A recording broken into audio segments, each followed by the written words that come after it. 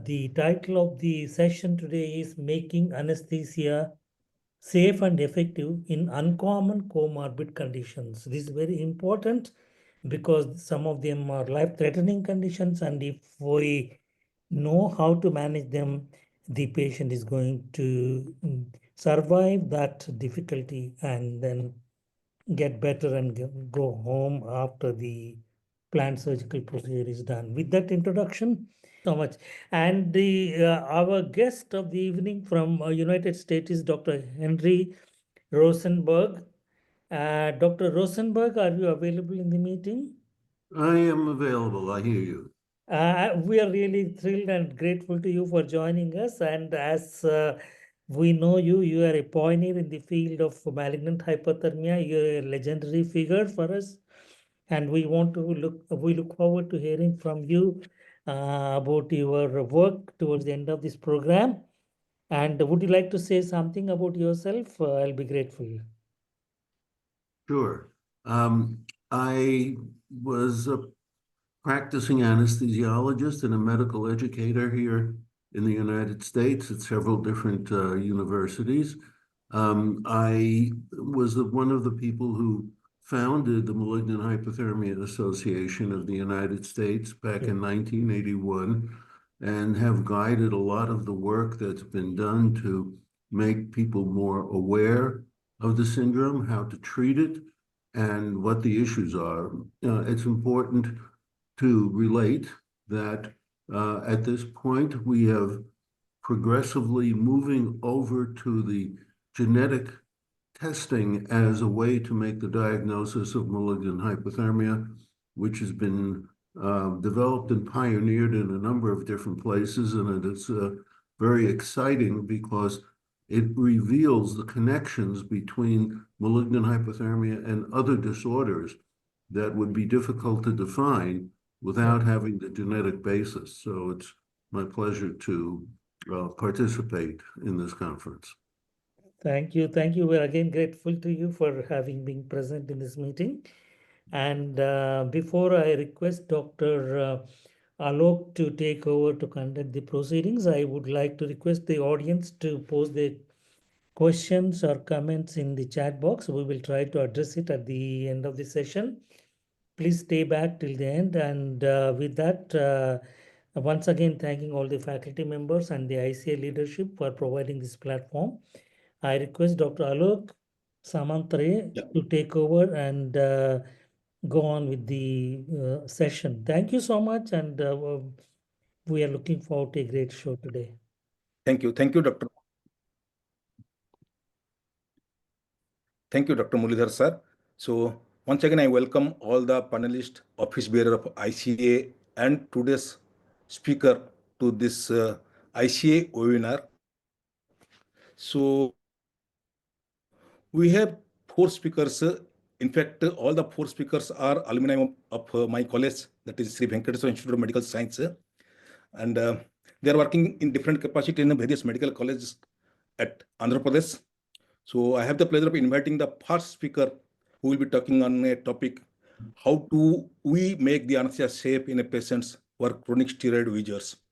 So I invite Dr. Shameem, who is working as an associate professor at Sri Venkateswara Institute of Medical Science. And Dr. Shameem, over to you. Please share your slides and take over. Thank you.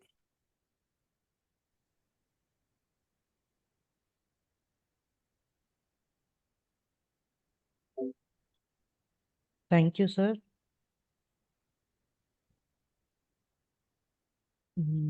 At the outset, I'd like to thank ICA for giving me this opportunity.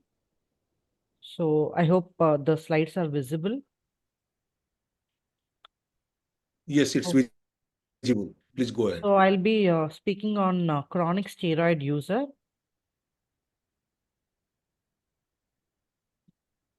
So conflict declaration none.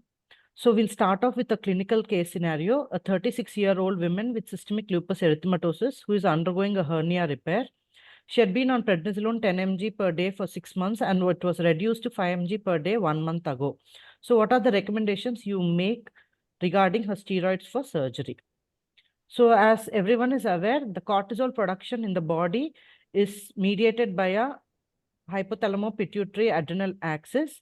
So from the hypothalamus, the corticotropin releasing hormone is produced, which acts on the pituitary to produce ACTH, adrenocorticotropic hormone, or corticotropin, which acts on the adrenal gland in turn to produce cortisol. And this cortisol, via a negative feedback mechanism, acts both on hypothalamus and pituitary, leading to decreased production of corticotropin releasing hormone and ACTH, and further reduction of the endogenous cortisol production. So what happens during stress? This hypothalamo-pituitary adrenal axis is activated, leading to increased production of the endogenous cortisol to combat the stress. So what happens to a patient when they're taking exogenous corticosteroids for various indications? These exogenous corticosteroids exhibit a negative feedback mechanism, inhibitory action on hypothalamus, pituitary, and adrenal gland, leading to reduced secretion of CRH, ACTH, as well as the endogenous cortisol. So cortisol is the dominant glucocorticoid in humans. It's produced from zona vasculata of the adrenal cortex.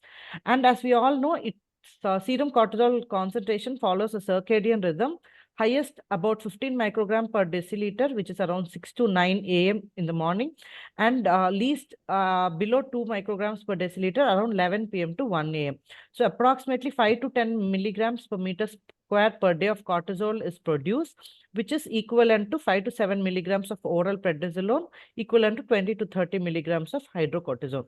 Out of this cortisol, 85 to 90% is bound to cortisol binding globulin, and a minor part to albumin, and rest 5% is freely in circulation.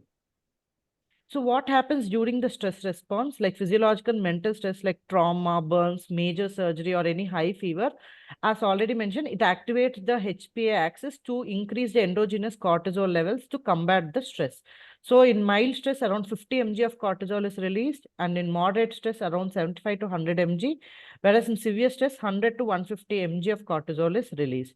And this cortisol level normalizes after 24 to 48 hours, and it may take up to 5 to 7 days after severe stress. So why are we worried about the patients on corticosteroids? Because in times of acute stress, when the endogenous cortisol level is expected to rise to meet the demands of the stress, these patients who are on exogenous corticosteroids, because of the adrenal atrophy, they won't be able to produce the corticosteroids, endogenous corticosteroids enough to meet the stress. So such patients, they land in syndrome of adrenal crisis or acute adrenal insufficiency. So what are the presentations of adrenal crisis patient? So a pre-op patient who is on steroids, who has missed 1 or 2 doses of steroids in the perioperative period, when they present with low BP, hypotension, not responding to fluids or vasopressors, these are the ones which are strikingly evident that you give a shot of hydrocortisone and the BP picks up. But some patients are there who present with non-specific complaints like weakness, fatigue, nausea, vomiting, anorexia, and abdominal pain. So these are quite non-specific complaints in the perioperative period, which we tend to miss. So a high level of suspicion is required to identify adrenal crisis in such patients. And on examination, we can find hypotension, tachycardia, and fever. And labs, we have hyponatremia, hyperkalemia, and hypoglycemia. So the patients are on different types of steroids. So now we'll briefly learn what are the steroid equivalent doses. As we all are aware, steroid equivalent doses are told with regard to prednisolone of 5 mg, which is equivalent to hydrocortisone of 20 mg, deflazacort of 5 mg, methylprednisolone of 4 mg, and dexamethasone of 0.75 mg. So out of all the steroids available, hydrocortisone has equal glucocorticoid and mineralocorticoid effect, whereas deflazacort, prednisolone, methylprednisolone, and dexamethasone have predominantly glucocorticoid effect. And out of these steroids, hydrocortisone is the shortest acting, deflazacort, prednisolone, and methylprednisolone are intermediate acting, and dexamethasone is the longest acting. So what are the side effects of chronic steroid therapy? On cardiovascular system, the patients usually have hypertension, and they may land in congestive heart failure because of the sodium and water retention. And because of the hyperinsulinemic state, there is proteolysis and leading to loss of muscle mass and muscle weakness. So the patients are also prone for osteoporosis, which poses a risk for them while positioning the patient for surgery. And they're also prone for vertebral fractures. And they present with a varied CNS symptoms like euphoria, anxiety, and maniac depressive episodes. And from gastrointestinal point of view, they are more prone for peptic ulcer disease. So we have to be careful. We have to give antacid prophylaxis for them, definitely. So with regard to skin, they have thin skin which bruises easily, which poses a risk for peripheral venous cannulation.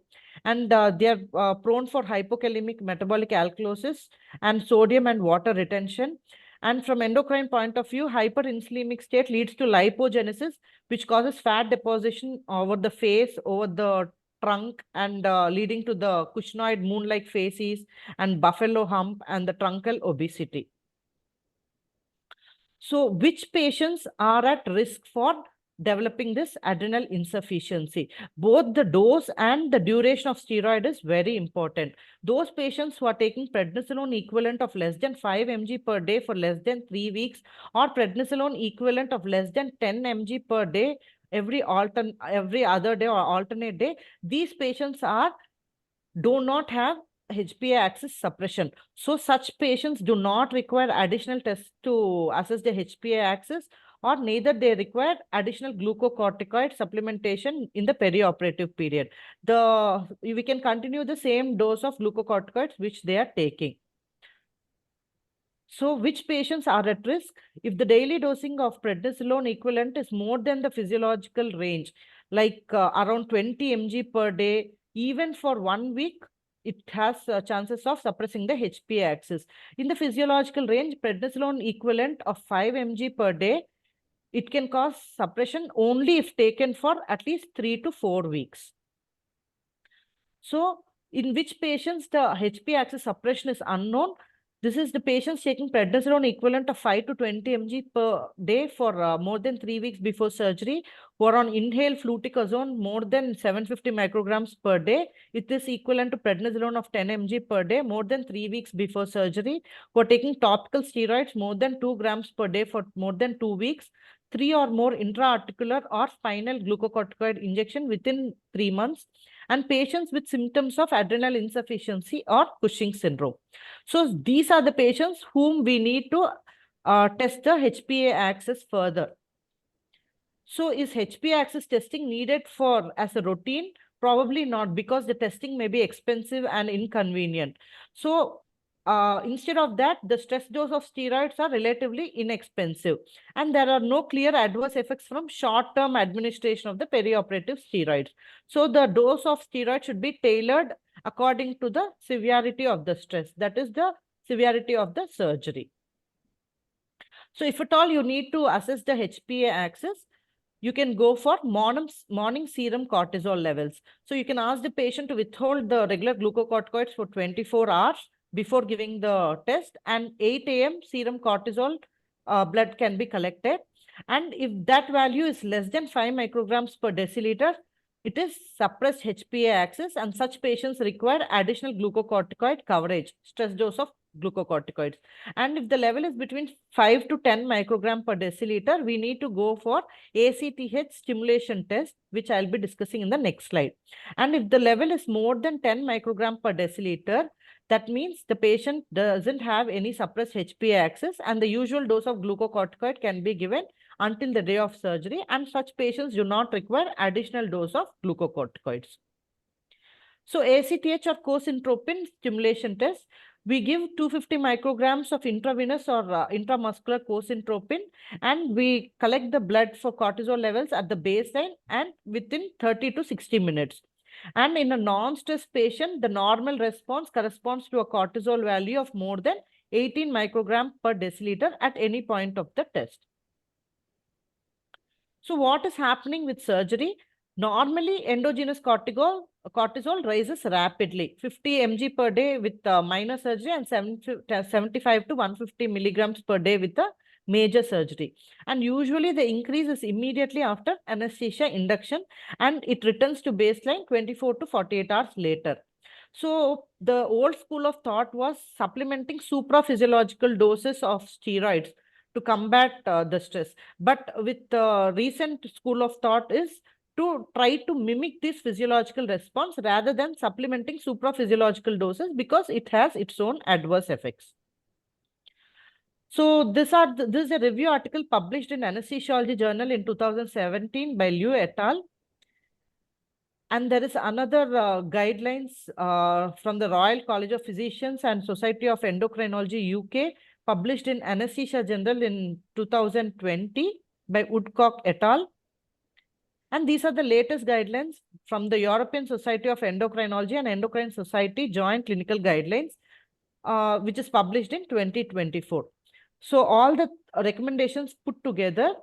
So if the patient is undergoing any superficial surgery, like a breast biopsy, any skin biopsy, for such patients do not require additional stress dose of steroids. The usual daily dose will be sufficient. If the patient is undergoing minor procedures like a cystoscopy, a diagnostic laparoscopy, endoscopy, or a minor dilatation and curettage, or a tubal ligation, and patients undergoing moderate surgeries like thyroidectomy, cystectomy, nephrectomies, open cholecystectomy, or laminectomy, or hip or knee replacement surgeries, such patients are undergoing moderate surgeries. So if the patient is undergoing a minor or moderate surgery, I suggest to take the usual daily dose until the day of surgery, along with hydrocortisone 50 milligrams IV before incision, followed by 25 milligrams IV 8th hourly for 24 hours. And then from the next day, you can go ahead with the regular usual dose the patient is taking. So whenever the patient is undergoing a major surgery like open heart surgeries, or neurosurgical procedures, intracranial procedures, or surgical oncology, major cytoreductive surgeries, or a major anastomotic surgeries of the GI tract, so such patients, I recommend to take the usual daily dose of glucocorticoids. Along with that, a hydrocortisone injection 100 milligrams intravenously before incision, followed by 200 milligrams of hydrocortisone intravenous infusion over 24 hours, or hydrocortisone 50 milligrams intravenously every 8th hourly for the first 24 hours, and then taper the dose by 50% per day until usual daily dose is reached. So take home message is prednisolone equivalent patient is taking more than 20 milligram per day for even for 1 week, or prednisolone equivalent of more than or equal to 5 milligrams per day for more than 3 to 4 weeks, current use or in the last 9 months. The HPA axis suppression, usually they say it may last up to 9 to 12 months, which is the tail end. Around 6 months is definitely there, and no patient will have HPA axis suppression beyond 12 months. So current use or use in the last 9 months, we need to supplement intravenous hydrocortisone for the stress dose of steroids. If the patient is undergoing a minor or moderate surgery, give 50 milligrams IV stat followed by 25 milligrams intravenously 8th hourly for 24 hours, and then the regular dose. If the patient is undergoing a major surgery, we need to give 100 milligrams of hydrocortisone intravenous stat followed by 50 milligrams intravenously 8th hourly for 24 hours, and then taper the dose by 50% each day until maintenance dose is reached. Now coming back to the clinical scenario, 36-year-old woman with SLE undergoing a hernia repair. So it is a minor surgery, but she has been on physiological doses of prednisolone for more than 3 to 4 weeks. So we need to supplement 50 milligrams of intravenous hydrocortisone stat followed by 25 milligrams 8th hourly for 24 hours, and then we can go ahead with the usual dose. Thank you, everyone. Thank you, Dr. Shameem, for finishing your talk in the prescribed time. Now, be available, answer your screen, and be available to take the questions at the end of this complete session. Now I invite Dr. Bhargavi to take up on one more topic, or you can say that one more uncommon comorbid conditions that usually found in some belts of, it's not that much uncommon in some belts of India, that is sickle cell anemia.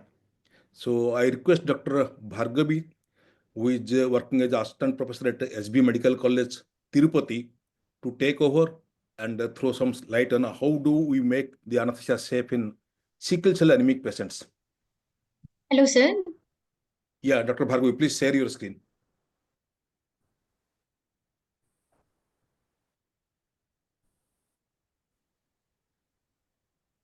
Thank you for your kind introduction, sir. Hope I'm audible and my slides are visible, sir. Yes, it's visible. Please go ahead. Sir. Yeah, please go ahead. Hello, sir. Good evening, sir. Yes, please go ahead. You are audible. Yes, thank you, sir. Thank you for your kind introduction, sir. Good evening, one and all. Yes, sir. Good evening, one and all. I thank all the organizers of ICA for giving me this opportunity. Moving on to the topic. In a few words, sickle cell anemia is an inherited gene disorder of the globin chain that leads to abnormal hemoglobin and thereby causing hemolysis with chronic anemia and chronic multi-organ damage. It is inherited in autosomal recessive pattern. If it is inherited in homozygous pattern, it leads to sickle cell disease formation, which is very fatal, where clinical manifestations are seen right from childhood. If it is heterozygously inherited, it leads to formation of traits, which are potential carriers for next generation. They are usually benign in condition. The underlying actual disorder is due to pinpoint mutation, where occurs over 6th position of gene present over 11th chromosome, which leads to abnormal globin formation, thereby sickle hemoglobin. Here, valine replaces glutamic acid. Moving on to the burden of the disease, globally around 98% of patients registered or crore people screen and remaining are traits. Most of these Central India, which is called as, sir, any issue, sir? No issue. I which think is called as sickle belt. Somebody to mute. All other people can mute their. Sir, yes. Okay, sir. I'm going ahead, sir. And which is called as sickle belt. And these areas include tribal areas of Gujarat, Rajasthan, Madhya Pradesh, some areas of Orissa, Tamil Nadu, Andhra Pradesh, and Wayanad of Kerala. This data was published in recent guidelines by Ministry of Health and Family Welfare by 2047. And this data was collected at different timelines using different screening methods. Understanding of pathophysiology is very important as a perioperative physician in dealing its consequences. Because of sickle hemoglobin, whenever it is in deoxidation state, it undergoes polymerization due to hydrophobic nature of valine, leading to formation of long strands, thereby changing the polymorphonuclear leukocytes, platelets, and to vascular endothelium, leading to formation of clumps, thereby causing stasis to the blood flow and thereby ischemia reperfusion injury. Due to this injury, there will be release of reactive oxygen species, which leads to sterile inflammation in various tissues. Apart from this, these RBCs tend to go dehydration very easily and undergo hemolysis. If it happens in intravascular area, it causes release of heme and sickle hemoglobin separately. This heme causes alteration in nitric oxide metabolism, leading to decrease in content of nitric oxide, thereby causing vasoconstriction. And also, the sickle hemoglobin causes endothelial dysfunction. Apart from this, here there will be, due to vasoconstriction, it causes sterile inflammation. Keeping this in background, we need to elicit a detailed history during our pre-anesthetic evaluation.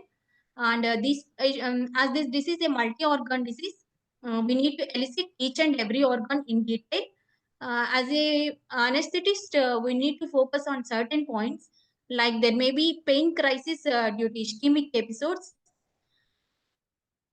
This may be acute or chronic, and the number of episodes we have to note down, and the sites may be usually anywhere in the body, but especially in children, dactylitis may be present where fingers are more affected and back extremities, and they may be on analgesics right from NSAIDs, oral analgesics, parenteral analgesics, or gabapentin, SSRIs, and sometimes topical massages also. And the next one is acute chest syndrome, which usually manifests with fever, shortness of breath, number of episodes, and its management with oxygenation, bronchodilators, and current functional capacity of lungs are to be assessed. Apart from this, there may be chances of cerebral stroke, where patients may have seizures for which anti-epileptics are being used. And in males, there may be chances of priapism. And due to inflammation, there may be chances of obstructive sleep apnea in adults and chronic adenotonsillar hypertrophy in children, and pulmonary hypertension because of endothelial dysfunction of pulmonary arterioles, which leads to right heart failure. Apart from this, there may be chronic kidney damage and leg ulcers. And due to hemolysis, anemia may be there, which leads to generalized fatigue. They may need multiple blood transfusions, and the frequency of blood transfusions, any complications that may happen with blood transfusion, and its management with IVIG and steroids are to be taken.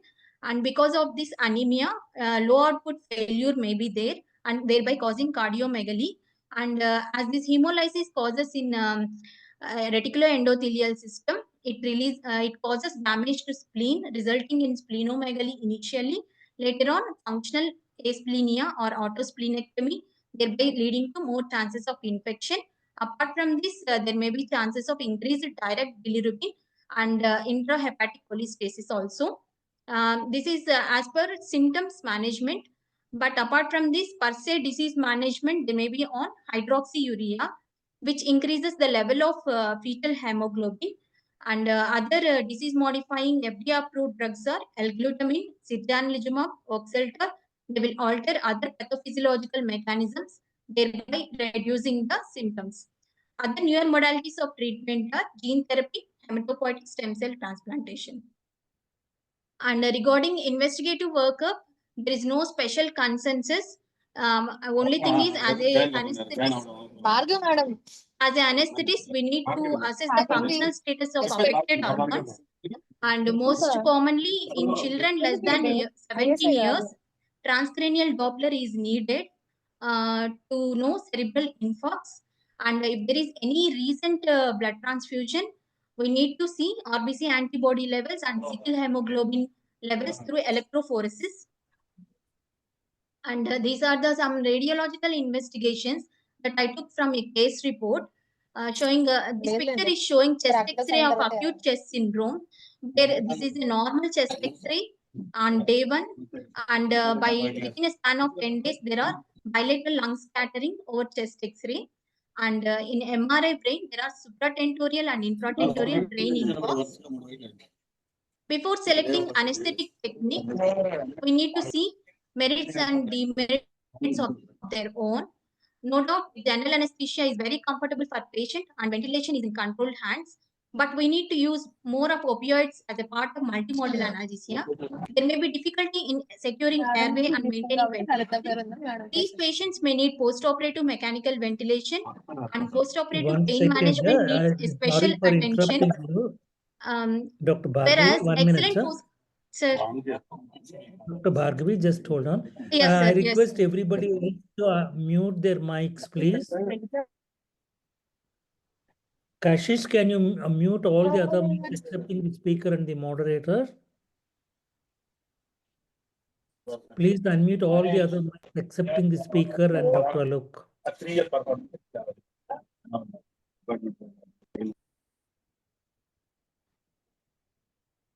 Yes, sir. Shall I go ahead, sir? Please carry on, please. Yes, thank you, sir.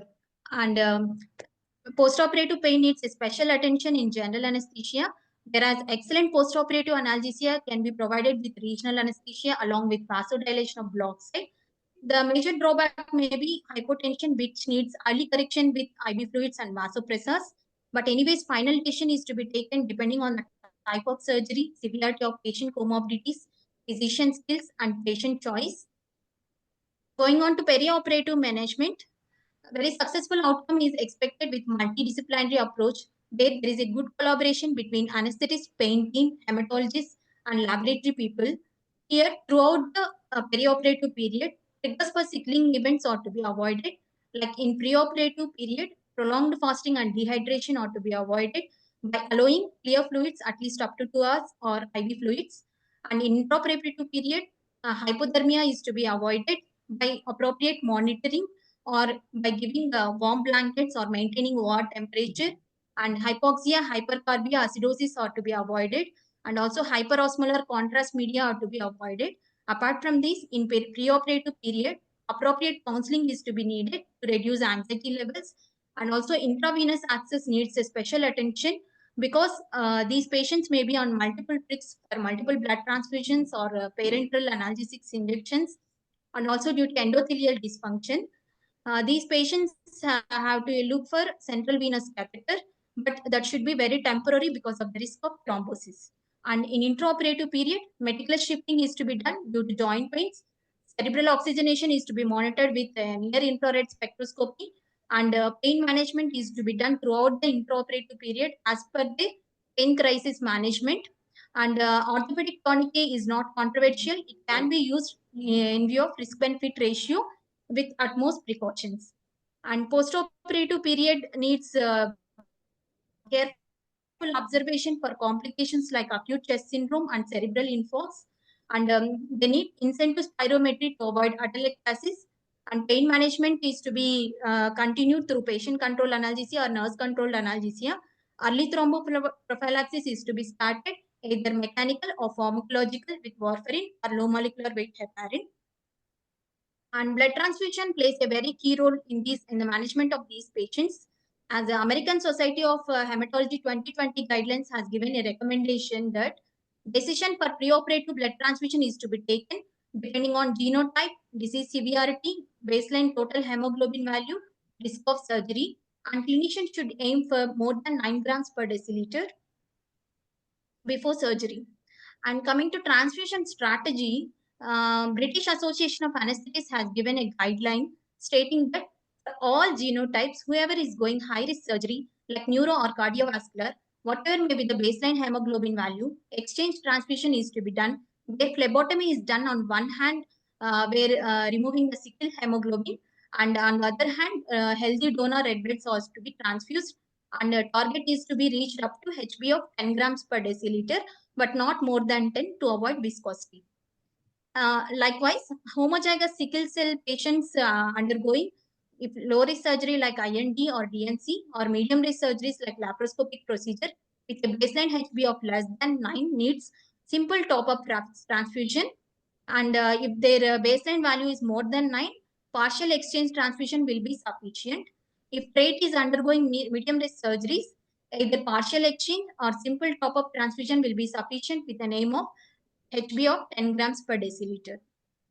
And when we go through review of literature, we'll come across another terminology like conservative transfusion, where HB is aimed to 10 grams per deciliter, and aggressive transfusion, where sickle hemoglobin through electrophoresis is aimed to less than 30%.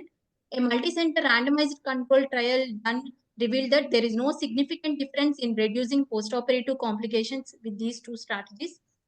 And of course, there are few complications in relation to transfusion with aggressive transfusion, like febrile non-hemolytic transfusion reactions or delayed hemolytic transfusion reaction. And last but not least, autologous cell salvage is very questionable in these patients. And because these sickle cells may not be able to tolerate extracorporeal circulation, they may easily undergo hemolysis. Still, this topic is in research. Thank you. Thank you, Dr. Bhargavi. Thank you, sir. It's a very informative topic. So just answer your screen and be available to take the questions at the end. Yes, So thank you, sir. now may I request Dr. Kaarthika? Yes, She sir. is also covering a very a topic which is not that uncommon what we think with globalization and developing India.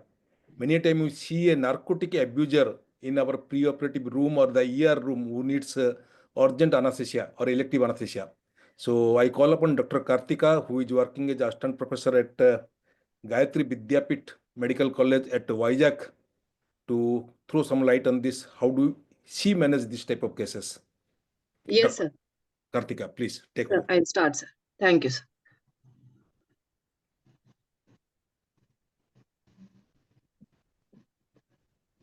Sir, am I audible, sir? Yes, you are audible. Your screen is visible. Please. Yes, sir.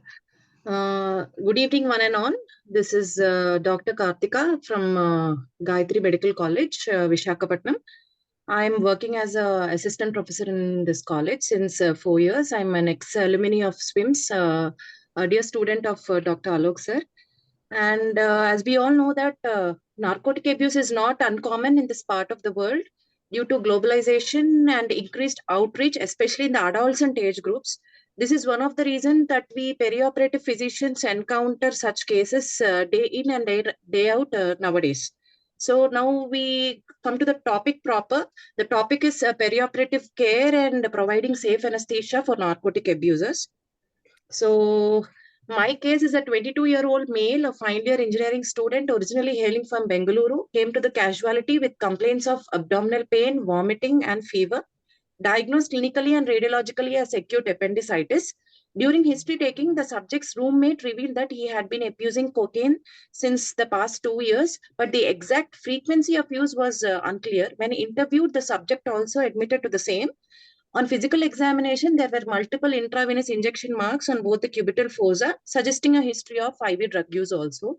This subject was planned for emergency appendicectomy under general anesthesia.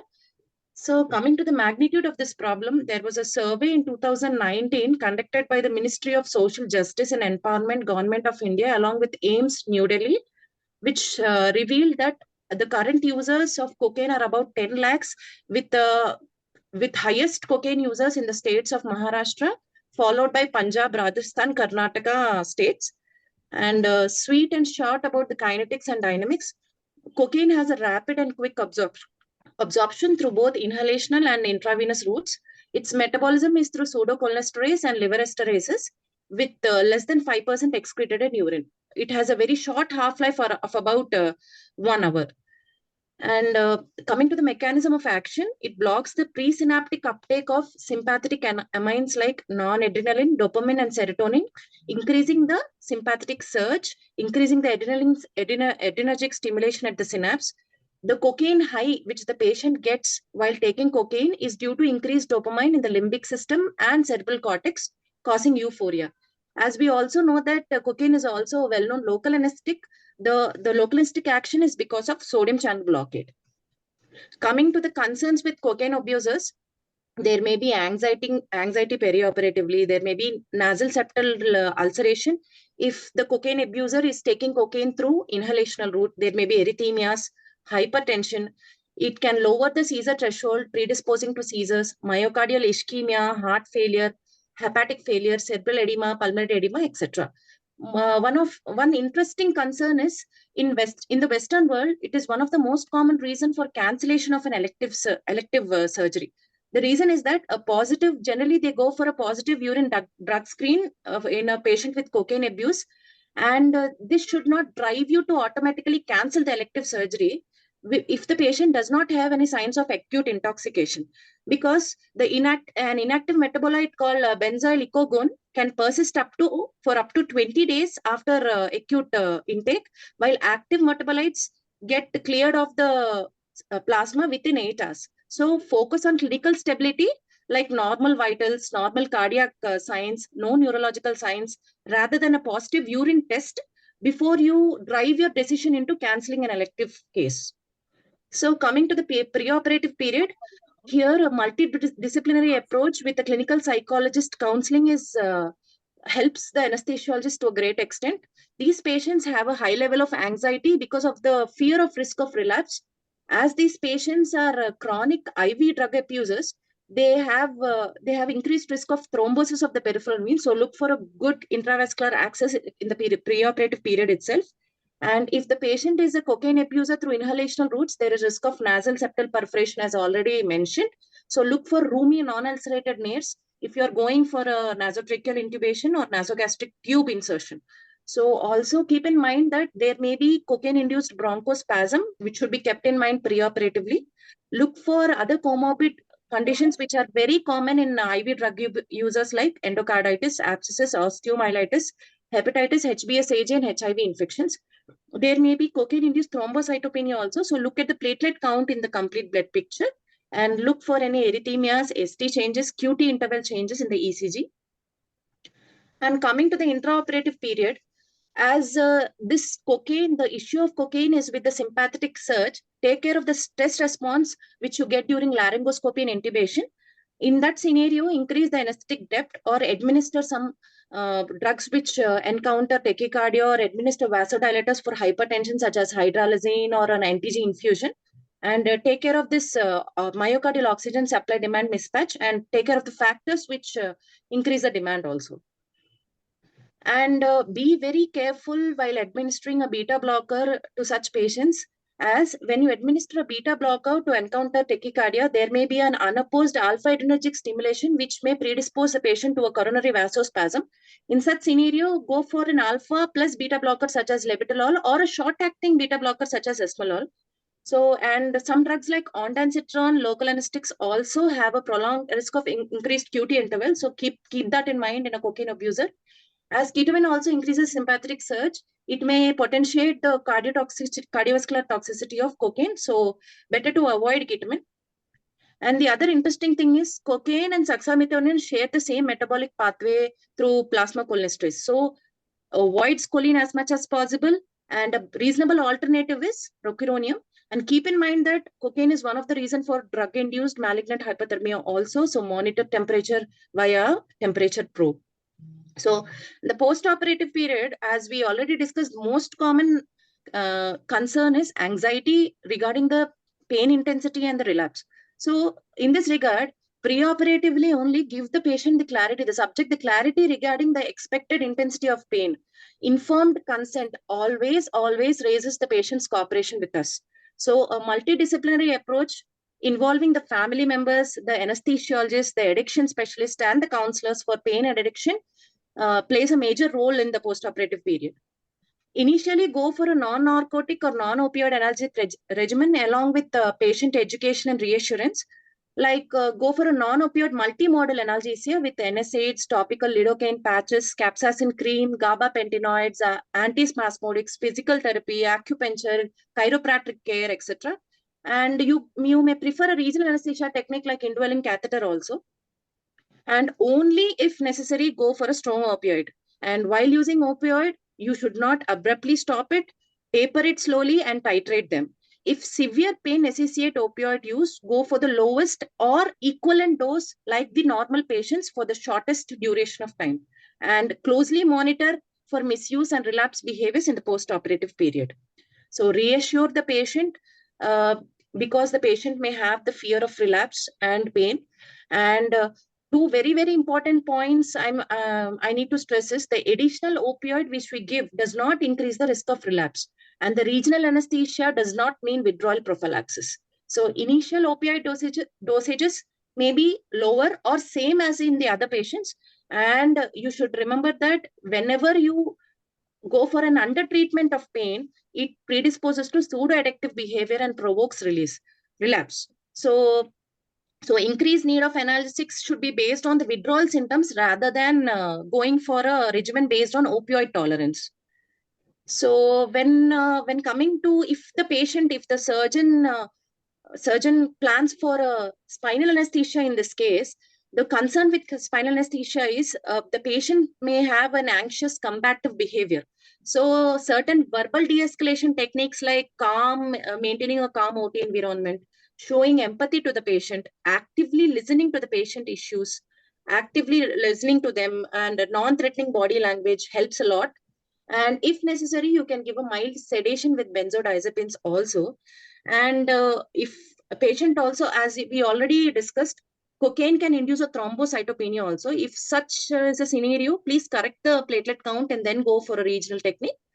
Patient may present with an epidural-resistant hypotension intraoperatively also. Then in that scenario, go for a low-dose phenylephrine, preloading, co-loading may help. There are some case reports saying that while you give regional anesthesia, there may be altered pain perception and pain despite adequate spinal and epidural anesthesia sensory levels because of abnormalities in the mu and kappa opioid receptor densities and endorphin levels. So this should be kept in mind while giving regional anesthesia. So generally verbal reassurance and mild benzodiazepines during regional anesthesia should suffice for adequate pain relief to such patients. Thank you, sir. Thank you for this opportunity, sir. Thank you, Dr. Kaarthika, and thank you for touching the topic in a very precise way. And please answer your screen. Yes, sir. Be available. See if any questions there in chat box, Dr. Bhargavi and Dr. Kaarthika. We'll Yes, take sir. up questions at the end. Now, please answer Okay, your sir. Okay, sir. Now, I have the pleasure of calling upon Dr. Srikanth, my colleague at Sri Venkateswara Institute of Medical Science.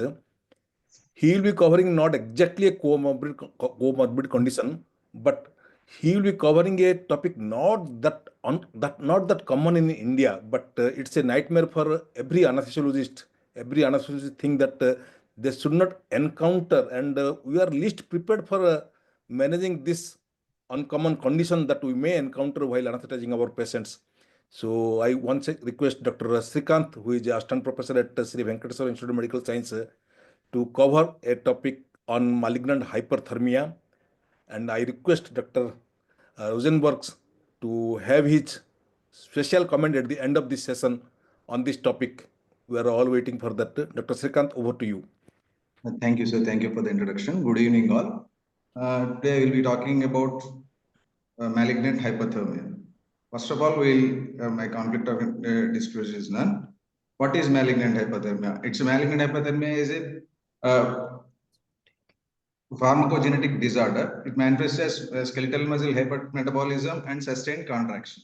It's a progressive, life-threatening hypothermic reaction on exposure to the triggering agents. The malignant hypothermia, it is inherited as an autosomal dominant. It is variable expressivity, incomplete penetrance, and it has variable expressivity in his inheritance. How rare it is? How rare the malignant hypothermia is?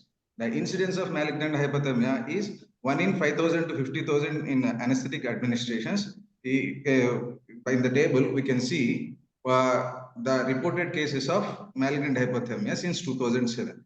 There are only 7 reported cases of malignant hypothermia in which they have used the triggering agents. The triggering agents, what they are inhalation agents and succinyl choline. Most of them, they have used the inhalation agent, and succinyl choline is not used in some of them.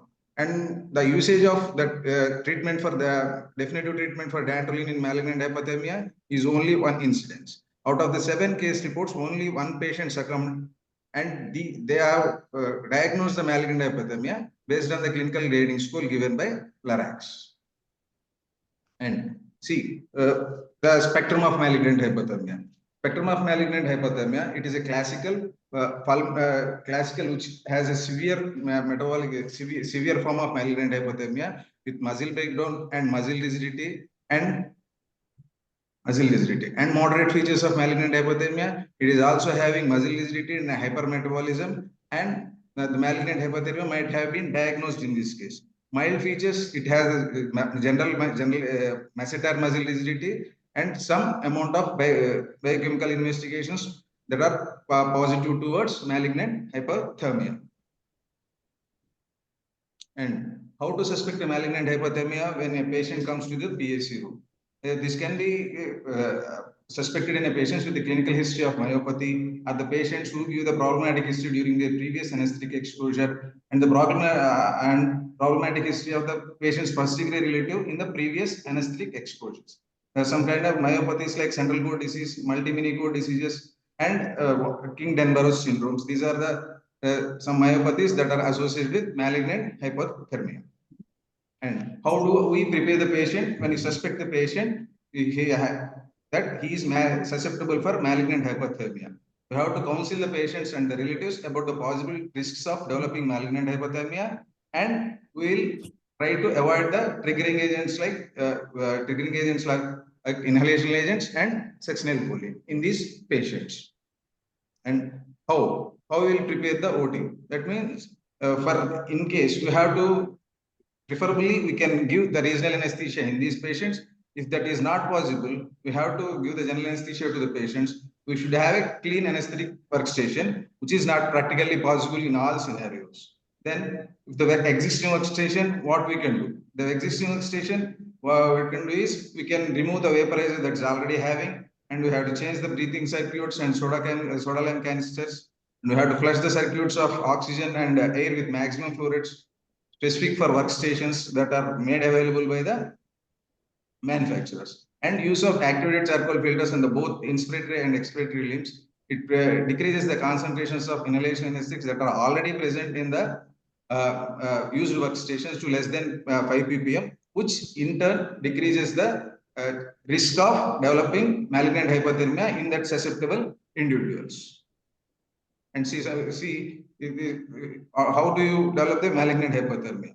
As we know, there is excitation contraction coupling when the calcium is released into the myoplasm, and the calcium binds to the actin myosin complex, and the excitation contraction coupling occurs, thereby leading to the muscle contraction. After the some amount of after the muscle contraction, the calcium is removed by the cytosol with ATP utilization, and the cytosolic calcium is concentration decreases and the muscle relaxes. But in the individuals who are susceptible to malignant hyperthermia, the excitation, the susceptible malignant hyperthermia, the triggering agents, there is a dysregulation of excitation contraction coupling. There will be sustained release of calcium into the cytosol. There is increased demand of the calcium. There is increased demand of the calcium, and there will be increased demand of the calcium and increased ATP demand to sequester the calcium present in the cytosol. There will be increased carbon dioxide production, and the increased carbon dioxide production leads to the sympathetic activation of the sympathetic nervous system, which manifests as increase in the heart rate. As the release of sustained release of calcium, the sequestration capacity exceeds. The increased contractility manifests as increased heat production and progressive muscle rigidity.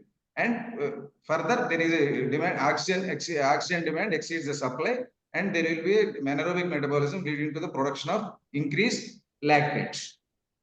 And the sustained contractility disturbs the sarcolemmal integrity, releasing the potassium from the cytoplasm into the cytoplasm, and release of creatinine kinase and myoglobin. And there will be increase in all these things leading to increased potassium and acute kidney injuries. Acute kidney injury. The sustained activity leads to the production of hyperthermia and rhabdomyolysis, which in turn causes the development of disseminated intravascular coagulation in these patients. How we diagnose the malignant hyperthermia? There will be rapid increase in the temperature and tachycardia, which can unexplained tachycardia, which can again manifest as ventricular tachycardia and ventricular fibrillation, increased EtCO2, increased end-tidal carbon dioxide levels, mesoteraprism, and generalized muscle rigidity. And then what are all the labs that we can initially because of the increased carbon dioxide levels, there will be increased PaCO2 levels, which is more than 55, and there will be increased levels of PaCO2 levels, it's more than 60, arterial carbon dioxide levels. And the second you can find out is because of the increased lactate levels, there can be metabolic acidosis, mixed respiratory and metabolic acidosis. Because of there is increased potassium levels, we can send for blood for serum electrolytes and creatinine kinase. And if there is any increased color of urine, that is a cola colored urine, we can send the urine for myoglobinuria. These are the labs that we can find to diagnose malignant hyperthermia. How we can come into the differential diagnosis of malignant hyperthermia? These are all some common conditions where we can encounter it has same features, share some features of malignant hyperthermia. Thyroid storm, it can have hyperthermia and hypercapnia and tachycardia, but it is not associated with muscle rigidity. Muralidhar malignant syndrome, it shares the features like malignant hyperthermia, like muscle rigidity, fever, and rhabdomyolysis, but it manifests after the administration of atypical antipsychotic drugs. And serotonin syndrome, it also has some features like fever, neuromuscular rigidity, and this occurs might be because of overdoses of the SSRIs. And pheochromocytoma, it can have hypertension, tachycardia, and sometimes fever, and may be mistaken for malignant hyperthermia. And if the situation of malignant hyperthermia arrives, what we can do? we can declare the emergency and we can call for the help and we immediately inform the surgeon to halt the procedures. And we have to, what we have to do is turn off the vaporizers and start the intravenous anesthetics for the maintenance of, and we have to immediately hyperventilate the patient with 100% oxygen with maximum flow rates more than 10 liters per minute. And while doing this, we can ask the MH card if available in the hospital to get them. The definitive treatment for malignant hyperthermia is dantrolene. The available combinations of dantrolene, the dosage of dantrolene is 2.5 mg per kg for the initial dose. Maximum dose we can give up to 10 mg per kg for treating the active episode. We can repeat the dantrolene based on the clinical features, based on the signs and symptoms of the patient with more than 10 minutes, in less than 10 minutes also. For dantrolene, the available formulation in India is usually dantrium, which is supplied as 20 mg. And for this dilution, we require around 60 ml of normal saline. And this dantrium contains some amount of mannitol, which forces the diuresis and thereby decreasing the ill effects of myoglobinuria and AKA. And the symptomatic, we should make sure that the dantrolene should be given through a large vein because it is a highly alkaline solution after preparation. Its pH at around more than 9. So there are chances of thrombophlebitis will be there. So we have to make sure this. Make sure that you should secure a large bore cannula, or it can be given through a central venous access already secure. The symptomatic management includes active cooling. There will be active high temperature where temperature, if it's more than 39 degrees, that is deleterious, and this is patients are more prone for developing disseminated intravascular coagulation. So we have to try the active cooling measures like infusing cold saline, cold blankets, and keeping a cold saline bottles near the groin and axilla, and cold saline baths and everything.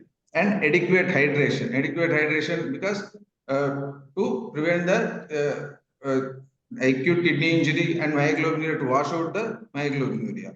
And monitoring and assessment. What are the things you have to monitor means temperature monitoring, continuously temperature monitoring with the core temperature and ABG levels. If there is any ABG should be monitored for treating the respiratory acidosis and metabolic acidosis. And we have to, and urine output, you have to monitor the urine output and assessment of the patient can be done by how the temperature is decreasing, how there will be a decrease in the ATCO2. These are all the signs that dantrolene is working and patient is recovering. And what can we do further? The patient should be referred to a specialist center for the after the management of active phase. Then we can shift the patients to the PSU for observation for 24 to 48 hours. In the 24 to 48 hours, what we have to monitor was heart rate, ETCO2, and ABG level, arterial blood gas analysis, urine for myoglobinuria, and serum potassium levels. Because increase in the serum potassium levels might cause ventricular tachycardia and ventricular fibrillations. And the patient, after the optimizing the patient, what we can do? The patient should be further shifted to a specialist center for testing the MH, malignant hyperthermia. The LADAX scoring system, which is usually followed for the diagnosis of malignant hyperthermia, uses the usual clinical findings and common biochemical markers available, and the points range from 0 to 1. And if the score is more than 50, we are almost certain that the patient is diagnosed with having malignant hypothermia. The validity of the scale is questioned since the introduction because there is no other scales introduction of it. Other scales has been suggested as replacement. To confirm the diagnosis of malignant hypothermia, what we can do? We can do is a muscle biopsy. We can subject it to a halogen contracture test or in vitro contracture test and caffeine contracture test. And genetic testing. Genomic sequence we can do, find out the variants of malignant hyperthermia. Establishing the diagnosis, in the genetic testing, we can see the mutated forms of ryanodine R1 receptors, which are found in the sarcoplasmic reticulum, are mutated forms of dihydropyridine receptors. Establishing the diagnosis is by the positive diagnostic contracture test. Are there any heterozygous pathogenic variant in one of the genes in genomic sequence? And coming to the Malignant Hypothermic Society, this is found in 1981. MHAUS. This gives us the information regarding the patients, their history, and the history is given by the clinicians, and how to treat the malignant hypothermia. What are the resources we should be available for treating the malignant hypothermia?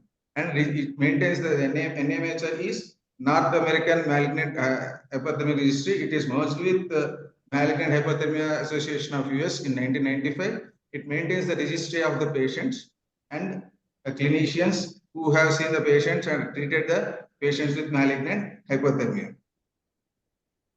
And coming to the take-home message is malignant hypothermia is a rare disorder. High degree of clinical suspicion during the pre-anesthetic checkup is required for the patients in the susceptible individuals, and preparation of malignant hypothermia card and usage of total intravenous anesthesia in susceptible individuals, preferably usage of regional anesthesia whenever possible. And if we suspect any case of malignant hypothermia, we should call and report the malignant hypothermia with the hotline number. This is outside for India. This is for seeking the help for establishing the diagnosis regarding the management of malignant hypothermia.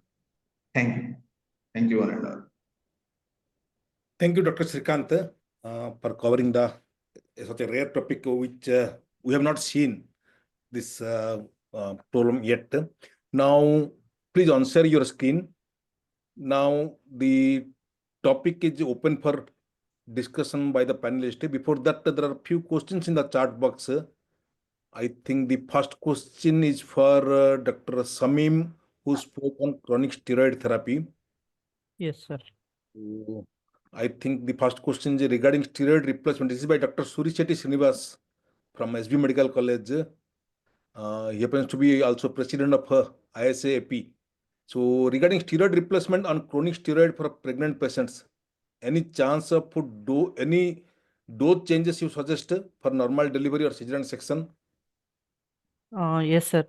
Normal delivery, normal labor followed by vaginal delivery, or a patient undergoing cesarean section, they come under major surgery category only. So such patients should be given hydrocortisone of 100 milligrams IV stat followed by 200 milligrams over 24 hours infusion if possible. Otherwise, 50 milligrams intravenously every 6 to 8 hours for the first 24 to 48 hours, and then followed by the regular dosing. Okay, whatever is there for major surgery, the same thing has to be given here. Same thing for So he has one more question. Do you suggest any method change for patients who are on chronic steroid therapy? Any drug changes, like whether we should keep giving intermediate, whether we should choose regional anesthesia or general anesthesia? Can you throw some light on this? So as far as possible, if regional or under spinal anesthesia, if the surgery can be done, it's better you do it under that, because general anesthesia itself has a major stress response, like during laryngoscopy and intubation and all. So with regard to general anesthesia, if the patient requires general, as far as possible, try to avoid etomidate, because there is definitely a theoretical risk of suppression of the adrenocortical suppression is there, because its imidazole ring inhibits 11 beta hydroxylase enzyme, which is the last one which converts 11 deoxycortisol to cortisol. So this inhibition has been it lasts for around 6 to 12 hours, definitely. And definitely after 48 hours, the adrenocortical suppression is less, even after a single dose of etomidate. Anyhow, etomidate as an intravenous infusion is outdated because of this adrenocortical suppression as such. So single dose of etomidate, even in septic patients, actually doesn't pose risk. But definitely there's a theoretical risk. Try to avoid etomidate in such patients. And as far as the anesthesia technique is concerned, you need to maintain the depth of anesthesia. You need to maintain, give good preemptive analgesics so that the stress response is less. Go for less invasive procedures. Better if it is possible, do under laparoscopic procedures because the invasiveness will be less and the tissue trauma will be less. So such things can be modified as far as anesthesia technique is concerned. Thank you. Do you suggest any dose change for pediatric patients? How common it is steroid suppression in pediatric patients, and do you need to adjust the dose? Yes, sir. For as far as pediatric patients is concerned, Woodcock et al. Has mentioned in his article, for children who are on steroid therapy, if they are undergoing a major procedure under general anesthesia, they need to be given 2 milligrams per kg intravenously at time of induction, followed by 2 milligram per kg hydrocortisone every 4th hour. Or based on the body weight of the child, if he is less than 10 kgs, you can give 25 mg over 24 hours. If the child is weighing between 11 to 20 kgs, you can go for 50 milligrams over 24 hours. And if the child is weighing more than 20 kgs, regular adult dose like 100 milligrams over 24 hours can be given. If the child is around pubertal age group, then 150 milligrams of hydrocortisone over 24 hours can be given. If the child is undergoing a minor procedure under GA, then we need to give 2 milligrams per kg at induction, followed by doubling the dose of the oral corticosteroid, which he is taking for 24 hours, and then you can go ahead with the normal dose. And any minor procedure without GA, you just need to double the dose of the regular oral corticosteroid, which the child is taking. Yeah, thank you. I think Dr. Surishet Srinivas is thrown so many arrows towards our speaker. So for malignant hyperthermia, Dr. Srikanth, there is a question, do you see it in non-anesthetic scenario? Malignant hyperthermia. Malignant hyperthermia can be seen in the patients who are MS susceptible patients when they are having exceptional, they are exposed to extreme heat conditions and stress. They can have malignant hyperthermia. Yes. What is coming to the question that what is awake malignant hyperthermia? Without exposure to the anesthesia, when they have when they are subjected to the extreme heat or stress, they can develop the symptoms of malignant hyperthermia. Malignant hyperthermia susceptible individuals. Okay. Okay. And Gangrene controls the controls the malignant hyperthermia by decreasing the calcium sensitivities. Yeah. Okay. Thank you. I think there is no more question in the chat box. I think Dr. Suri Shetty, I think our speaker have made the things clear. So now may I request the panelist, if anything else, over to Dr. Murli sir, and I request Dr. Rosenberg. This is the malignant hyperthermia. In my 25-year practice, I have seen only one case, which could be a case of suspected malignant hyperthermia, but we have not used dantrolene, and we have made the cooling process, whatever is there, but it didn't touch even 39 degrees centigrade, the temperature, although we saw a rise in temperature. So can you guide us something on this malignant hyperthermia? Do you miss something, or it is still undiagnosed, or it's very rare? We don't see in India. Well, a lot of people think, in my experience, a lot of people initially think it's very rare, but as people get to know the syndrome and have better monitoring, it turns out it's not as rare as people think. In the United States, the studies and in other countries, the studies that have been done show that approximately 1 in 600 to 700 people have one of the DNA variants that predispose to malignant hyperthermia. That's not a lot, but it's not a little. The difference is that the clinical expression of the gene is not 1-to-1.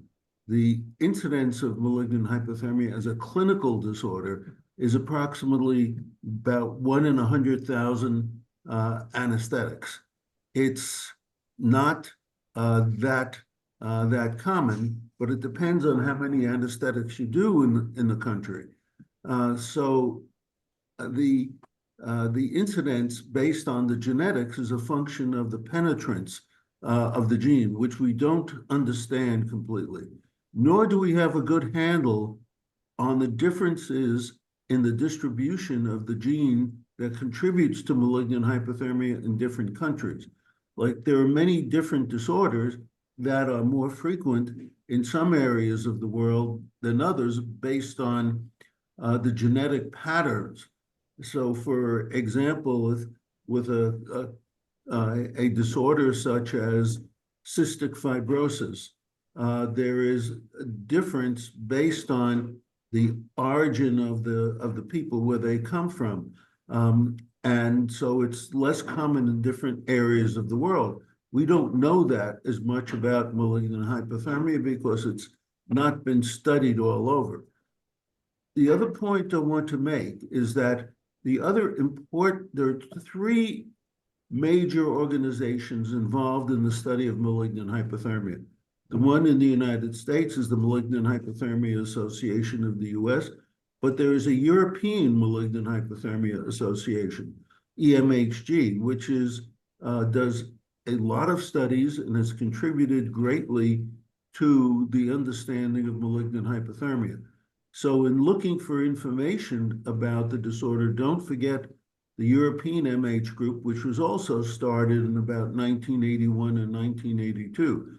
And the European group meets every year and discusses cases and developments. The other area of the world where there is an organization is in Australia, New Zealand.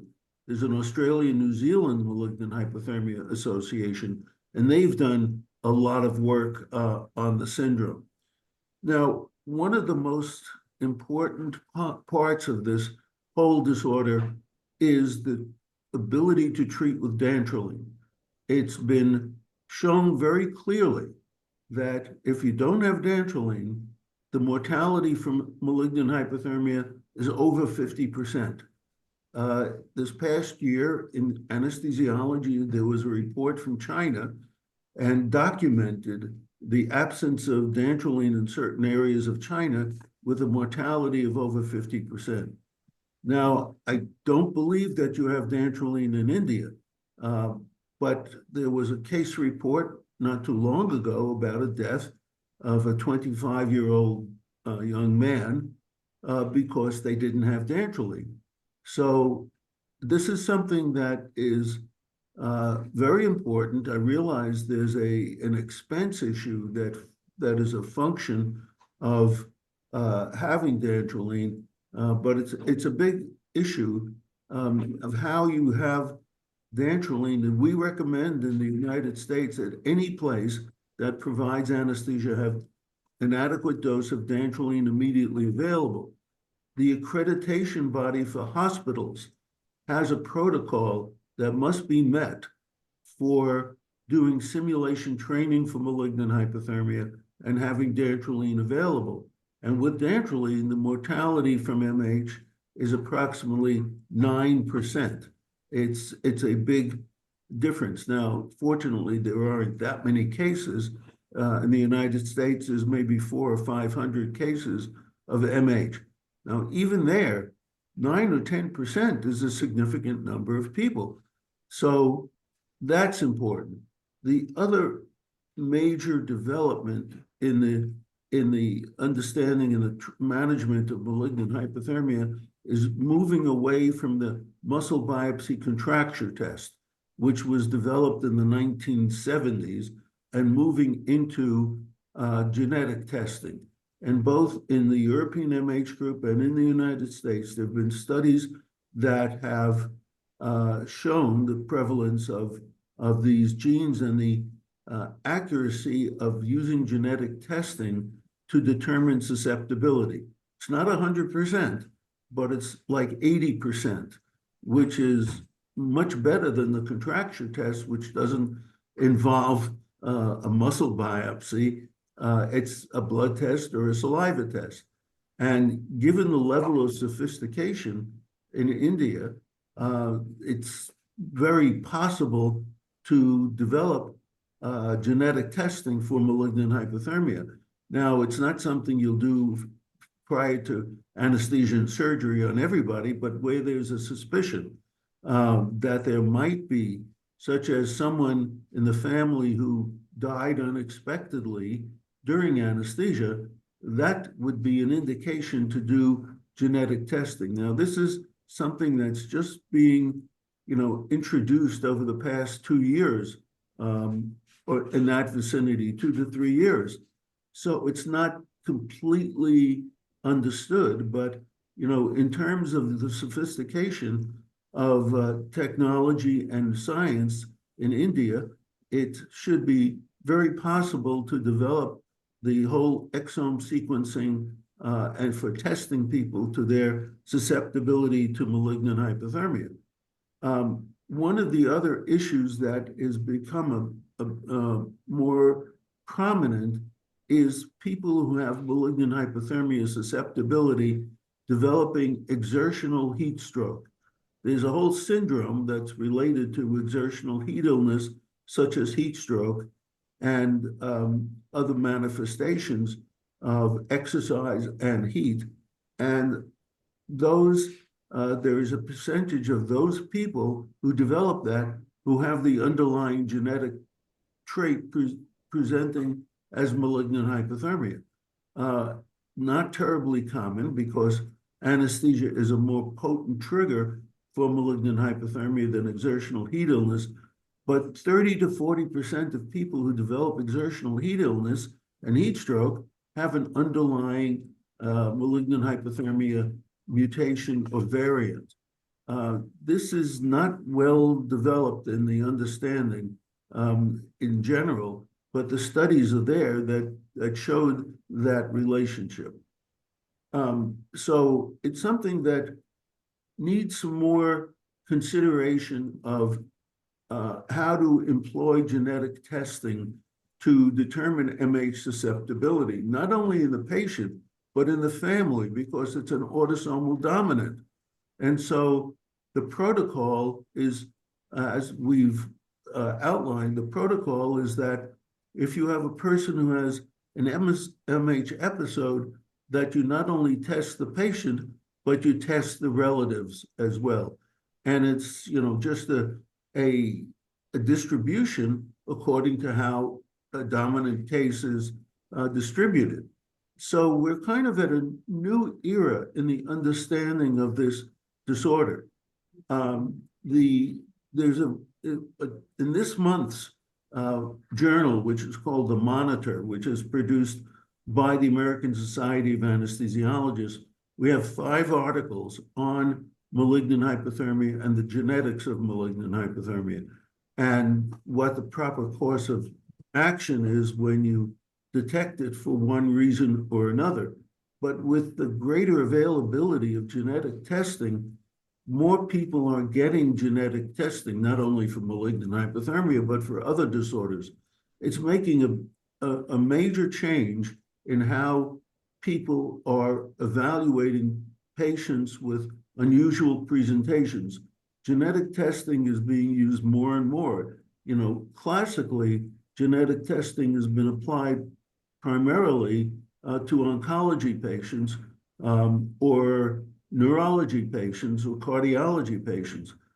But in general, genetic testing is being employed much more frequently in disorders that are unclear, and that's been helpful. The other major change that's beginning to happen, that's going to happen, I don't know if in India you do newborn heel sticks to determine the inheritance of a variety of inherited disorders like phenylketonuria and the amino acid ureas, but that's done very frequently in the United States and other places around the world based on chromatography and biochemistry. That's beginning to switch now to genetic testing. If you have a blood sample that you're taking on all children, the small amount of blood can be sequenced and for other genetic abnormalities.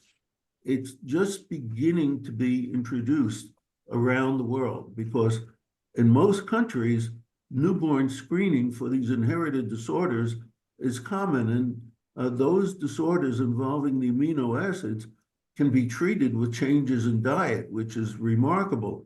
But there are a lot of other disorders that are only detected through genetic testing, and that's going to be introduced progressively in the next number of years throughout the world. Again, so it may be relevant to what you do in India and other countries, but you'll read more and more about this as it becomes introduced. And I don't know how rapidly it's going to be introduced in India, but suddenly you're going to find more people who have had newborn testing, genetic testing, who present with the diagnostic tests showing they're at risk for malignant hyperthermia, which would be great because you just don't give the trigger agents, and you'll eliminate most of the cases of malignant hyperthermia. So this is a very exciting and interesting time as it relates to this rare disorder, relatively rare. Now, there was a question about awake malignant hyperthermia. That is, malignant hypothermia without exposure to anesthesia. And yes, it does occur, but not very commonly. It's even more rare than that. And there are a number of case reports. We don't know who is predisposed to this awake malignant hypothermia. Is it environmental, or is it some function of the DNA? There's about 60 DNA variants that are pathogenic or likely pathogenic for malignant hypothermia. And we don't really know which ones are more harmful than others. In many disorders, a particular DNA variant presents itself differently than in others. And we're going to be reading more and more about this. And in the United States, we haven't really caught up with all of this. One of the educational efforts that we, the Malignant Hypothermia Association, has been to familiarize and educate people about the diagnosis through genetic testing. It's not 100%, but it's certainly better than 0%, because most people don't do contracture testing. In the United States, we used to have 10, 12 diagnostic centers that did contracture testing with muscle biopsy. Now we're down to 2 because it's expensive. It's not paid for by insurance, and people don't like to have their muscle taken out for testing. So this has been a big advance in terms of genetic testing. And we've learned a great deal about it, but there are lots of areas that need further exploration. But the main issue is that you have to have a suspicion, and the best, earliest diagnosis is obtained by measuring end-tidal CO2. When your carbon dioxide levels are going up, and I don't know if you're measuring that routinely during anesthesia, but when it starts to go up and you can't bring it down with increasing minute ventilation, it's a very strong indicator of malignant hypothermia. And people are acting upon that more rapidly. So, it's a kind of a different world when back, in the 1980s, even the 1990s, we identified that it was inherited autosomal dominant, but there wasn't the capability of detecting that genetically. What's happened in genetics is the genetic testing protocols have been so well described and so available that the cost of genetic testing has gone way down. And so it becomes more applicable. So I would recommend that when there is a suspicion of malignant hypothermia, that a identification of where genetic testing may be done, because genetic testing, you send blood or sputum samples to get the test done. You don't have to send the patient. And I know that Indian laboratory science has been very widely used around the world, where countries are sending the specimens to India to do the assessments. So you have the capability. So that's one important element of this, to begin to use genetic assessment on questionable patients and their family members. And one of the other interesting things is that sometimes a patient will develop malignant hyperthermia at age 10, 11, 12, and that is actually the first sign that they have an underlying myopathy that doesn't present itself until they're in their 20s or 30s, like central cord disease, multi-mini cord disease. There are a number of myopathies that share the same DNA defects in the ryanodine receptor as for malignant hyperthermia. So those are some of the messages. And if you're looking up information about this syndrome, don't forget to look at the European MH group as well as the Australian groups also. But no, those were the main points I think that are important. And most of all is some way that dantrolene can be gotten to a patient when it's necessary, because the problem is you need it immediately. You can't wait till tomorrow, to treat them, because the course of malignant hyperthermia will be such that it will kill a patient within hours, unless it's absolutely reversed. And yes, cooling is important and hydration is important, but without dantrolene, you're not going to be successful universally. So those are some of the important messages I think that it's wise to know about, and to be suspicious, because it's one of the disorders that you can make a real difference in outcome for your anesthesia disease. And it's, more common in children and young adults than in older adults. And so it becomes a tragedy when it affects a young person who, suffers because of that. But I thank you for presenting the case and the overall message. And, it's my pleasure to talk with you about it. And the other thing I will comment is Dr. Bolani is really an expert in MH as well. He has served on the malignant hyperthermia hotline for many, many years and has contributed significantly to the disorder. So you're fortunate that he's so involved in Indian medicine. Thank you. Thank you so much. We're excited to be associated with you in this session. You have given several important messages regarding malignant hyperthermia, regarding the penetration and the use of genetic testing, and the importance of dantrolene, and about the carbon dioxide monitoring. We know routinely it's a minimum monitoring standard here. We use it in all intubated patients. So the detection of the rising carbon dioxide is not a difficulty at all. And also you have highlighted that the occurrence of malignant hyperthermia may be a precursor of a myopathy developing sometime later in the life. Yes. Thank you so much. Thank you for all the points. We have noted down all the sections, what you have mentioned. Before I ask you a question, there are a couple of questions. I think Dr. Rekha wanted to say something. Dr. Rekha, are you there?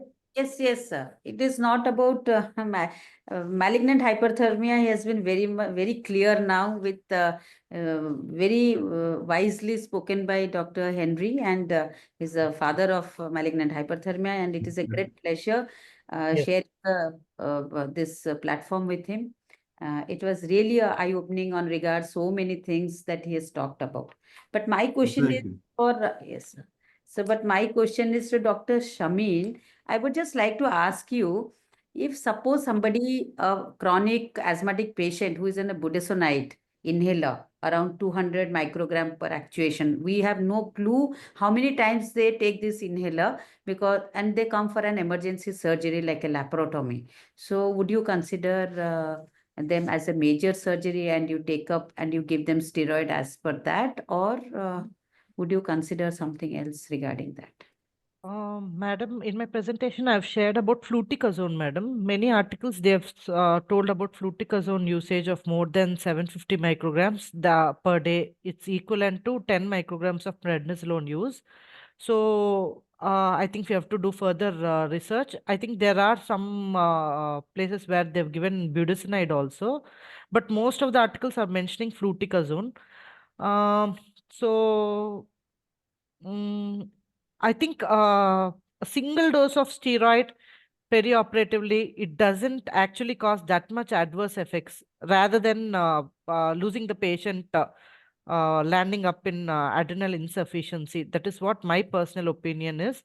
So better give a stress dose based on the invasiveness of the surgery. And then from the next day, I think they can go ahead and use the regular dose. Thank you. Thank you, Dr. Shameem. Thank you. Srinivas Rao, I think, wants to ask something. Dr. Srinivas, are you there? Dr. Surishetty. Srinivas Rao, Surishetty, please unmute and ask your question. Yes, sir. Yes, sir. Am I audible, sir? Yes, yes, we can hear you. Sir, nice explanation, Dr. Henry. Sir, regarding the dantrolene, it stop the release of calcium from the sarcoplasmic reticulum, how it acts. So, any other studies are there regarding the treatment of the malignant hyperthermia to block the calcium? Any other calcium channel blockers that may affect in malignant hyperthermia? Because dantrolene is the only drug now we are listening. Any other calcium channel blockers, any new studies are there going on? Maybe you are the right person to answer because you are the following everything. That's why I'm asking, sir. Calcium blockers are of no value in malignant hyperthermia. The mechanism is very clearly that it's a release of calcium from the sarcoplasmic reticulum based on an abnormality in the calcium channel, and so there's really no other satisfactory drug. One of the anesthetic compounds that are available to reduce or inhibit calcium, more as a theoretical laboratory finding, is propofol. Propofol seems to promote the closure of the open channel, and so that's why it's so commonly used in people who are at risk for malignant hyperthermia. It's an extremely safe drug, and some of those findings on how propofol serves to inhibit the calcium channel opening has just been revealed in the past year or two. So we knew that it's a safe drug, just like other intravenous drugs are safe in patients who are MH susceptible, but propofol seems to have an advantage over others. Now, no one has studied that in terms of a clinical episode. This is relatively new information that was found in the laboratory, but it does explain why propofol is more preferentially used in patients who are at risk for malignant hyperthermia. So we'll see what happens with time, and it may turn out to be a better drug than we know, but it really hasn't been studied. Thank you, sir. Thank Sure. you. Thank you for that. I just wanted to ask you whether in a patient with full-blown malignant hyperthermia, can we use cooling methods which employ cardiopulmonary bypass, and if there are any reports on what is the success rate with the CPB-induced cooling? Well, yes, you can use any cooling method, but usually what's happened is that the patients who have such a bad case of malignant hyperthermia, they get placed on cardiopulmonary bypass very late in the syndrome, because it's not easy, obviously, to put someone on cardiopulmonary bypass or ECMO, and so it's not been generally successfully applied. You know, that it's much easier to place ice on the patient and cool the patient that way. One of the other things I think should be recognized, you know, is the emergency medicine physicians are the other group of people who use succinylcholine. And sometimes patients will develop malignant hypothermia there, but they're not generally aware enough of the malignant hypothermia syndrome to recognize that what's going on. I'll talk about the United States primarily. So that's another specialty that might get drawn into this whole treatment or precipitation of malignant hypothermia. Right, right, right. I also would like to suggest how Indian College of Anesthesiologists can develop the hotline and other genetic testing modalities, because we lack that facility in this country. Mm-hmm. Well, in the United States, what's happened, there are now about 15 commercial organizations that offer genetic testing. And some of them have focused on malignant hypothermia. So things are different, of course, in the United States, but you have these 15 or so companies that are doing genetic testing. Most of the time it relates to oncology, but some of them, like one of the largest companies that does laboratory testing is LabCorp, and they have a protocol for malignant hypothermia, and there are a couple of others as well. So, you know, the whole issue of who pays for what becomes very important. And so in the United States, the health insurance generally doesn't pay for testing for malignant hypothermia, and you know, to do the contracture test can cost $25,000, which is an awful lot of money. And that's one of the reasons it's kind of gone away. But genetic testing is, you know, costs maybe up to $1,000. It's very different. And because, you know, in general, the insurance companies won't pay for it except under specific circumstances. So that's part of the problem in healthcare in the United States. But I would urge, you know, the college to begin to explore who is doing genetic testing and how might it be applied to the problem of malignant hypothermia. I think that would be of great benefit if, for example, there are one or two sites where people can send specimens when they have a question. I think that would advance understanding and prevent problems to a large extent.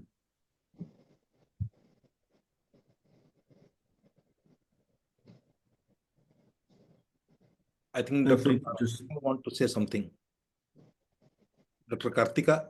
Yes, sir. Sir, Dr. Henry, thank you for the elaborate explanation, sir. You may correct me if I'm wrong, sir. I think two important points to be remembered in patients with dealing with malignant hypothermia patients is, and a previous uneventful elective procedure or emergency surgery that does not guarantee you that the patient will not experience malignant hypothermia symptoms in the present surgery. And there are reports that patient may experience malignant hypothermia post-operatively after 12 hours of surgery also. So you may correct me if I'm wrong, Dr. Henry. Well, malignant hypothermia is over 90% occurs in the operating room or maybe in the post-anesthesia recovery room. It really doesn't happen to any significant extent 6, 8, 10 hours after anesthesia. Sometimes, you know, we get calls on the hotline that someone had a procedure and now it's, you know, 12 hours later and they're suddenly developing a fever. And might that be malignant hypothermia? And the answer is is almost universally know that it happens during anesthesia and in the post-anesthesia care unit. But much after that, it really has not been shown to be the case. You know, you have to look for other reasons for people developing fever. Okay, sir. Okay, sir. Thank you, sir. Sure. I would like to mention that in a patient who had symptoms of malignant hyperthermia, in one of our patients who underwent heart surgery, intraoperatively, we put him on bypass and the temperature was cooled to 28. And what happened is when we rewarmed him, again he developed the symptoms of malignant hyperthermia. Yes. It happened 3-4 times, and we ultimately lost the patient. So the answer is not cardiopulmonary bypass, but I think we should go for dantrolene. That's I think straightforward answer for that problem. And I think, you know, people should not hesitate to report their cases because, you know, that's the way we've learned so much. In the United States, we have a hotline. And so we get about 700 calls a year on the hotline. And it really informs us about the presentation and the varied questions that come up. And that's been valuable. Other countries also have a hotline and have found the same experience. But, you know, I would say that if you could, it would be of value to have someone attend one of the European MH group meetings. The European MH group is not just in Europe. There's other countries that are part of the European MH group. And the meetings they have every year, you know, is very interesting because you hear about unusual cases and you're able to talk to people in different parts of the world. So if possible, I would recommend that one or more people attend one of those meetings. Yes. So I would like to take this matter with the Indian College of Anesthesiology's leadership to be able to establish the genetic testing capability, the availability of dantrolene, and also the establishment of hotline. I think these three things have to be done on an emergency basis. Sure. Yes. Are there any other questions or comments from anybody else? Yes, sir. This is Kaarthika. Yes. Sir, among the panelists, is any of the institute in India using dantrolene, sir? So I've not seen dantrolene in my drug card during my PG or after. Because of its short half-life of 1 year and No, related occurrence. it's approved for use for 3 years is what it's up to now. But still, relatively, there's a cost to it. Yeah, I think what we should do is I think we should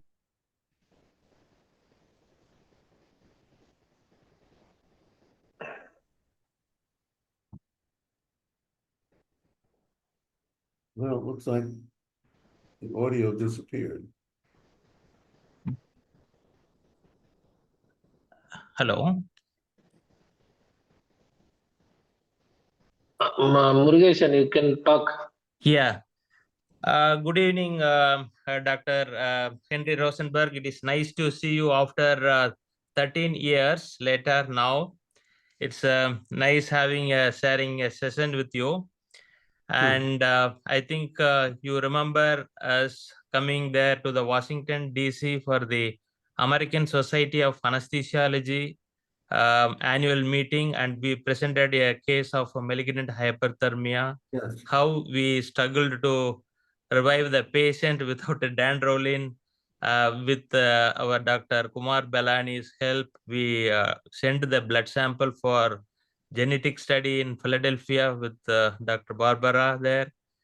So finally, the diagnosis done with that genetic testing, we confirmed the diagnosis of MH there. Then we presented that case there in the ASA meeting in Washington, D.C. I remember, yes. Yes. So we published that article in Indian Journal of Transplantation, that case report. Yes. So that was a 22-year-old African national came here for donor nephrectomy. During the middle of the procedure, the patient suddenly started having increasing EtCO2 and hyperthermia and muscle rigidity, typical. And he is like on a rigor mortis patient. So immediately we started cooling the patient. Literally the patient was on ice bed, and we put all this cold lavage and throw the gastric tube, Ryle's tube and bladder lavage, and all symptomatic measures. We disconnected the this anesthesia machine. We brought the new machine, and we started the TIVA, and all symptomatic treatment excellently we did, except that IV dantrolene. You know that. Yes. So only we had was oral dantrolene, which was available at that time. Somehow we got it from the city, and we through the Ryle's tube we administered in the post-operative period.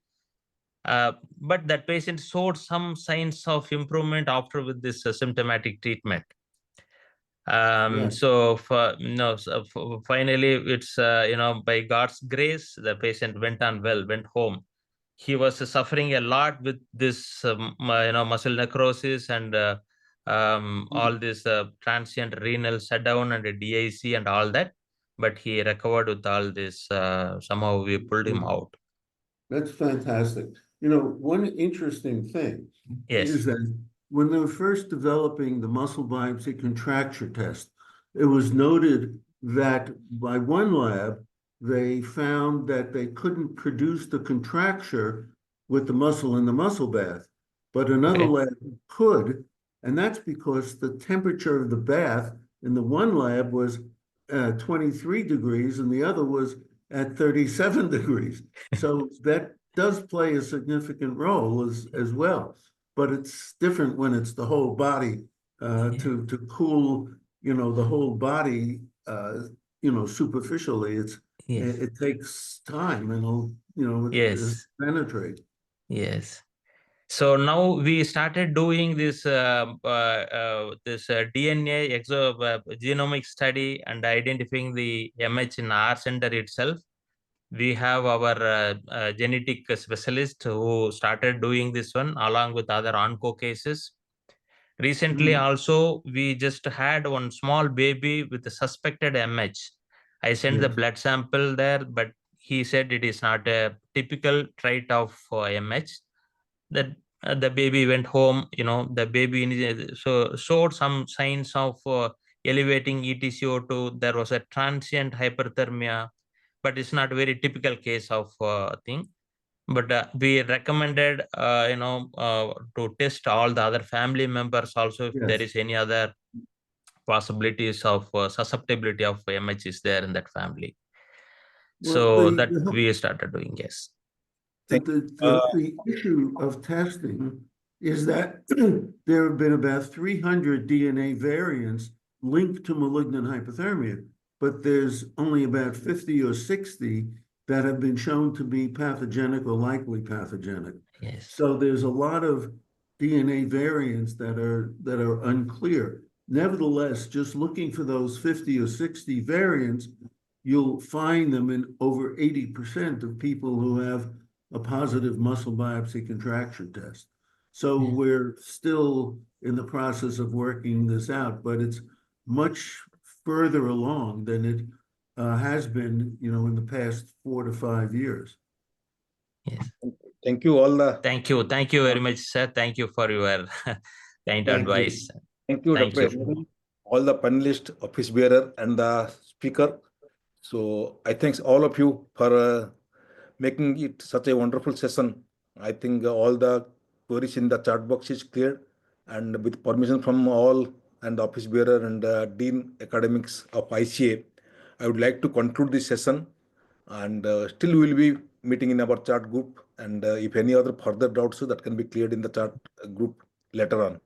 Thank you, Dr. Rosenberg, for throwing some light. Oh, you're welcome. Thank you. Very Thank good you, sir. presentations. Very We're good. concluding the session. Yeah. Yeah. Thank you, Bye-bye. sir. Thank you very much. Thank you. Bye. Thank you, sir. Thank you so much, everyone. Good night to all of you. Good night, everyone.